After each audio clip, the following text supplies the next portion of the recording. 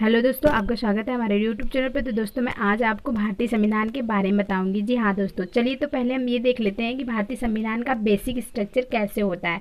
तो देखिए दोस्तों, जो भारतीय संविधान में जो शब्द आते हैं, 3 शब्द बेसिक है। देखिए, एक अनुसूची शब्द आएगी और एक भाग और एक जो आएगा अनुच्छेद। तो इसमें ये पूछ लेता है कि मतलब कि जैसे आपसे एग्जाम में ये पूछेगा कि मौलिक कर्तव्य किस भाग के अंतर्गत है, या फिर आपसे ये भी पूछ सकता है कि मौलिक कर्तव्य को किस अनुच्छेद के अंतर्गत आता है। तो इस तरीके से क्वेश्चन आता है। और ये पूछ देगा कि मतलब कि जैसे कि पूर्वोत्तर राज्य को जो विशेष उपबंध प्राप्त है वो किस अनुसूची के अंतर्गत आते हैं। तो ये 3 चीज़ हमारे अलग अलग हो गए ना। लेकिन अब चलिए हम इसको समझते हैं। देखिए दोस्तों, जो अनुसूची होती है वो विषय सूची से उसकी तुलना की जाती है। मान लीजिए कोई आप बुक पढ़ने बैठते हैं, तो उसमें जो जिस विषय के बारे में रहता है, बताया गया रहता है उस बुक के अंदर, तो वो सबसे पहले ही फर्स्ट पेज पे हमें उसकी विषय सूची दे दी रहती है कि इसमें इसी चीज़ के बारे में बताया गया है। तो इसी तरीके से अनुसूची है संविधान, जो हमारा जो भारतीय संविधान है उसका यही एक अनुसूची, मतलब उसके बारे में किस चीज़ के बारे में संविधान के अंदर लिखा गया है, तो वो अनुसूची हो जाती है। तो दोस्तों, अनुसूची की संख्या पहले जो थी 8 थी, लेकिन अब जो हो गई है, अब बढ़ गई है, तो 12 हो गई है। और दोस्तों फिर इसके बाद आता है हमारा भाग, यानी कि भाग की तुलना दोस्तों हम किसी बुक को पढ़ने बैठते हैं तो उसमें लेसन होता है, लेसन 1, लेसन 2। उसी तरीके से इसमें भाग 1, भाग 2, भाग 3 है। तो दोस्तों भाग की संख्या यहाँ पे 22 है। तो कुल मिला के 22 भाग हैं हमारे संविधान में। और दोस्तों इसमें जो संशोधन होता है उसके अंदर ही किया जाता है, का खा गा करके, ऐसे करके किया जाता है। और दोस्तों इसके बाद हमारा आता है अगला शब्द अनुच्छेद। दोस्तों अनुच्छेद जो है 395 कुल अनुच्छेद है भारतीय संविधान में, और इसमें भी अगर कोई संशोधन होता है तो का खा करके ऐसे ही संशोधन होता है। और ये अनुच्छेद होता है दोस्तों, ये भाग के अंतर्गत आता है। मान लीजिए कोई आप बुक पढ़ रहे हो, उसमें लेसन तो दे दिया रहता है, फिर उसके अंदर छोटी छोटी हेडिंग रहती है, तो उसी को अनुच्छेद, यानी यहाँ पे उसी हेडिंग की तुलना इस अनुच्छेद से करेंगे तो इस अनुच्छेद के अंतर्गत ये आता है, इस अनुच्छेद के अंतर्गत, अनुच्छेद 1 के अंतर्गत कुछ और, अनुच्छेद 2 के ऐसे दिया रहता है। तो इतना हमारा कॉन्सेप्ट क्लियर हो गया। चलिए अब हम देखते हैं भाग, किस भाग में किस चीज़ के बारे में प्रावधान है और कितने से कितने तक का अनुच्छेद हमारे कौन से भाग के अंतर्गत आता है। तो देखिए दोस्तों, जो सबसे पहला हमारा है भाग 1। दोस्तों भाग 1 और अनुसूची 1 का ये एक ही चीज़ है। आप कंफ्यूज हो तो ये बहुत इंपॉर्टेंट पॉइंट है। तो अनुसूची मैं आने वाली वीडियो में आपको बताऊंगी कि किस अनुसूची के बारे में क्या क्या, मतलब फर्स्ट अनुसूची में क्या है, सेकंड। पहले यहाँ पे हम भाग देख लेते हैं। भाग 1 में क्या है, संघ एवं उसका राज्य क्षेत्र, इसके बारे में प्रावधान है। और ये जो 1 से लेकर के जो 4 अनुच्छेद है दोस्तों, ये भाग 1 के ही अंतर्गत आते हैं। और दोस्तों अगला जो हमारा है भाग 2। तो भाग 2 में क्या है, नागरिकता के बारे में प्रावधान है दोस्तों। तो इसमें जो अनुच्छेद है 5 से लेकर के 11 तक का जो अनुच्छेद है, ये सभी भाग 2 के अंतर्गत आते हैं। और जो भाग 3 है, तो भाग 3 में मौलिक अधिकार आता है दोस्तों, बहुत इंपॉर्टेंट है ये। तो इसमें 12 से लेकर के 35 तक का जो अनुच्छेद है, ये सभी भाग 3 के अंतर्गत आते हैं। और जो अगला हमारा है भाग 4। दोस्तों भाग 4 जो है, इसमें नीति निर्देशक तत्व के बारे में प्रावधान है, ये 36 से लेकर के 51 तक है। और जो अगला हमारा दोस्तों आया था मूल कर्तव्य, इसको 4 का करके जोड़ दिया गया है। तो इसीलिए दोस्तों देखिए 22 तो है, अब उसके अंतर्गत ही ये संशोधन होता रहता है। तो 4 का के 42वें संविधान संशोधन द्वारा मूल कर्तव्य को लाएगा 1976 में, और 4 का बना के इसे जोड़ दिया गया। और इसको 51 का से लेकर के दोस्तों, इसको 51 का के नाम से जानते हैं। तो दोस्तों ये जो हमारा ये 51 का है, ये जो अनुच्छेद है, ये मूल कर्तव्य का है, और ये 4 का ही पार्ट है दोस्तों। अब अगला हमारा जो है भाग 5। तो भाग 5 में क्या है, संघ की कार्यपालिका, विधायिका और न्यायपालिका के बारे में प्रावधान है। यानी दोस्तों संघ मतलब केंद्र शासित प्रदेश, जो भी भारत के केंद्र शासित प्रदेश हैं उनके बारे में। तो वो 52 से लेकर के 151 तक का अनुच्छेद दोस्तों भाग 5 के अंतर्गत आता है। और दोस्तों जो भाग 6 के अंतर्गत आता है, उसमें राज्य, देखिए सेम चीज़ वही ये रहेगा, बस इसमें राज्य की कार्यपालिका, विधायिका और न्यायपालिका के बारे में प्रावधान होगा। और ये 152 से लेकर के 237 तक है। अब दोस्तों जो अगला हमारा है भाग 7। दोस्तों इसको 7वें संविधान संशोधन द्वारा 1956 में समाप्त कर दिया गया। तो कभी कभी आपसे ये पूछ लेगा कि किस भाग को मतलब संविधान की किस भाग को संविधान से हटा दिया गया, तो यही है 7वां। यहाँ देखिए इस तरीके से याद कर लीजिएगा, 7 से 7 होता है, फिर 7 से समाप्ति, इसको समाप्त कर दिया गया है 7वें संविधान संशोधन द्वारा ही। और इसमें अनुच्छेद कौन सा था, 238 था। और दोस्तों अगला जो हमारा है भाग 8। तो दोस्तों भाग 8 में जो है संघ एवं राज्य क्षेत्र के बारे में प्रावधान है, मतलब कि केंद्र शासित जो प्रदेश है उनके क्षेत्र कितने और राज्य के क्षेत्र कितने, इसके बारे में यही सब विवरण है। और ये 239 से लेकर के 242 तक का जो अनुच्छेद आता है, ये भाग 8 के अंतर्गत आता है। और दोस्तों जो अगला हमारा है 9 भाग। तो 9वें भाग में क्या है, पंचायतें हैं, नगर पालिका और सहकारी समितियाँ। दोस्तों जो 9 का का वाला है ये नगर पालिका और 9 का खा वाला देखिए यहाँ पे है ये सहकारी समितियाँ। तो जैसे कि आपको मैं ऊपर बता चुकी हूँ कि 4 का करके, तो इस तरीके से इसमें इसको जोड़ा गया। और दोस्तों इसको 73वें संविधान संशोधन द्वारा पंचायतों को लाया गया और 74वें संविधान संशोधन द्वारा नगर पालिका को लाया गया। और इन दोनों को दोस्तों 1952 से लेकर के 1953 के बीच ही इसका समय है, लेकिन तो कहीं कहीं पे 1952 लिखा मिल जाएगा, 1992 दोस्तों यहाँ 92 रहेगा। तो 1992 से 1993 के बीच ये समय था। और दोस्तों अगला जो हमारा है देखिए ये इसका 243 जो अनुच्छेद है ये पंचायत के बारे में है, लेकिन जो 243 ए से लेकर के अड़ा तक है वो नगर पालिका के बारे में है, यानी ए से ओ हम बोल सकते हैं।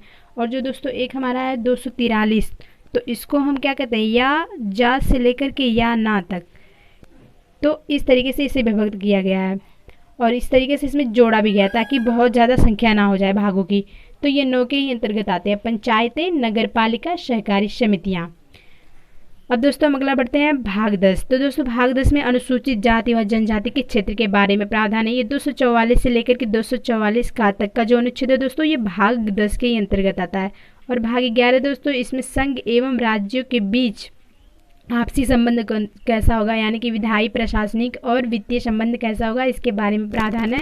तो ये 245 से लेकर के 263 तक का जो अनुच्छेद है ये भाग 11 के अंतर्गत आते हैं। और जो दोस्तों अगला भाग हमारा है 12, तो इसमें वित्त, संपत्ति, संविदाएं और वाद के बारे में प्रावधान है। और ये 264 से लेकर के 300 अनुच्छेद तक है, ये सभी अनुच्छेद 12 के ही अंतर्गत आते हैं। और दोस्तों जो अगला हमारा है भाग 13, तो भाग 13 में क्या है, भारत के राज्य क्षेत्र के भीतर उनके आपसी व्यापार कैसे होंगे, वाणिज्य और समागम कैसा होगा, इन सभी के बारे में प्रावधान है। तो फ्रेंड्स देखिए 301 से लेकर के 307 तक का जो अनुच्छेद है ये सभी भाग 13 के ही अंतर्गत आते हैं। अब दोस्तों हमारा क्या है भाग 14, तो भाग 14 में संघ एवं राज्य के अधीन सेवाएं, मतलब उनको कौन कौन सी सेवाएं और शक्तियाँ बांटी गई है इसके बारे में प्रावधान है।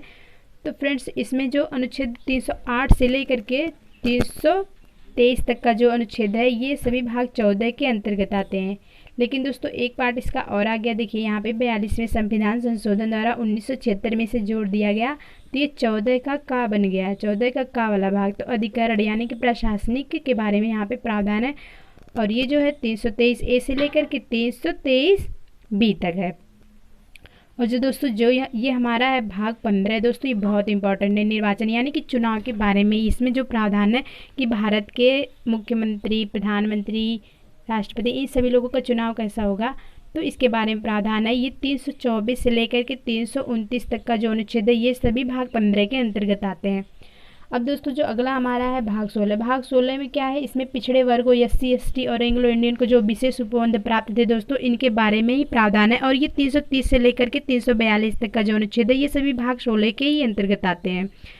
और अगला जो हमारा है भाग 17 दोस्तों, इसमें राजभाषा, हिंदी को कैसे राजभाषा का दर्जा प्राप्त हुआ है उसके बारे में प्रावधान है। तो ये संघ एवं प्रादेशिक भाषाओं के बारे में मतलब इसमें प्रावधान है। और ये 343 से लेकर के 351 तक का जो अनुच्छेद है ये सभी भाग 17 के अंतर्गत आते हैं। दोस्तों एक चीज़ मैं आपको बता दूं, जब हमारा मूल संविधान बनकर के तैयार हुआ था उस टाइम कुल 14 ही भाषाएं थी, लेकिन बाद में जुड़ती गई, तो अभी इस टाइम प्रेजेंट में 22 भाषाएं हो गई हैं। और उन 22 भाषाओं का नाम इस प्रकार है, असमिया, बंगला, गुजराती, हिंदी, कन्नड़, कश्मीरी, मलयालम, मराठी, उड़िया, पंजाबी, संस्कृत, सिंधी, तमिल, तेलुगु, उर्दू, कोंकणी, मणिपुरी, नेपाली, मैथिली, संथाली, डोगरी, बोडो। दोस्तों ये सभी जो है 22 भाषाएं हैं। अब हम बढ़ते हैं अगले की तरफ। तो भाग 18 जो है ये दोस्तों आपात उपबंध के बारे में इसमें प्रावधान है। जैसे कि दोस्तों इस 3 प्रकार के भारत में आपातकाल घोषित किए जा सकते हैं, राष्ट्रीय आपातकाल, राष्ट्रपति और वित्तीय। दोस्तों राष्ट्रीय आपातकाल जो होता है वो 352 के अंतर्गत आता है, अनुच्छेद 352 के। और जो एक था हमारा राष्ट्रपति आपातकाल, तो उसमें होता है वो 354 के अंतर्गत आता है। और जो अगला हमारा है दोस्तों ये जो आता है 360 के अंतर्गत वित्तीय आपातकाल। दोस्तों जैसे कि भारत में अगर कोई फाइनेंशियल कंडीशन बहुत ही लो चली गई, मतलब उनकी भारत की आर्थिक व्यवस्था, तो इसके बारे में ये प्रावधान है। और दोस्तों जो अगला हमारा है भाग 19, तो भाग 19 में प्रकृति के बारे में प्रावधान है। इसमें अनुच्छेद 361 से लेकर के 367 तक का जो अनुच्छेद है ये सभी भाग 19 के ही अंतर्गत आते हैं। और दोस्तों जो अगला हमारा है भाग 20। भाग 20 में संविधान संशोधन।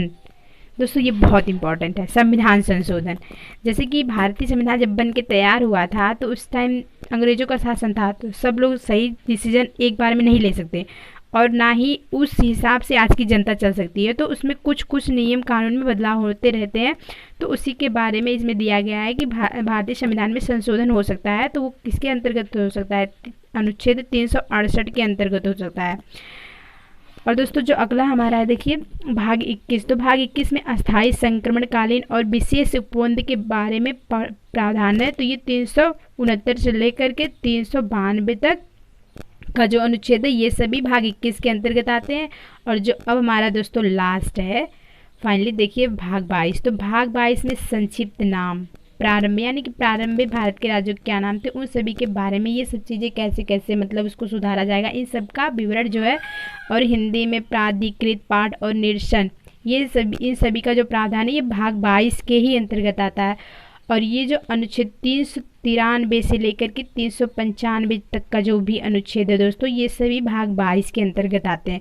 तो दोस्तों मैं आपको यहाँ पे बहुत ही सरल तरीके से सभी भाग के बारे में बताई हूँ और कितने से कितने तक का अनुच्छेद किस भाग में आता है और कौन सा प्रावधान किस भाग में आता है ये भी बताई हूँ और किस संशोधन के द्वारा। तो दोस्तों मिलेंगे नेक्स्ट वीडियो में, आप इसको 2-3 बार जरूर रिवाइज करिए, बहुत ही इंपॉर्टेंट है, हमसे भाग बहुत बार पूछ लेता है। तो दोस्तों मिलेंगे नेक्स्ट वीडियो में अनुसूचियों की संख्या और इसके बारे में लेकर के। धन्यवाद, पढ़ते रहिए, मस्त रहिए, बाय बाय।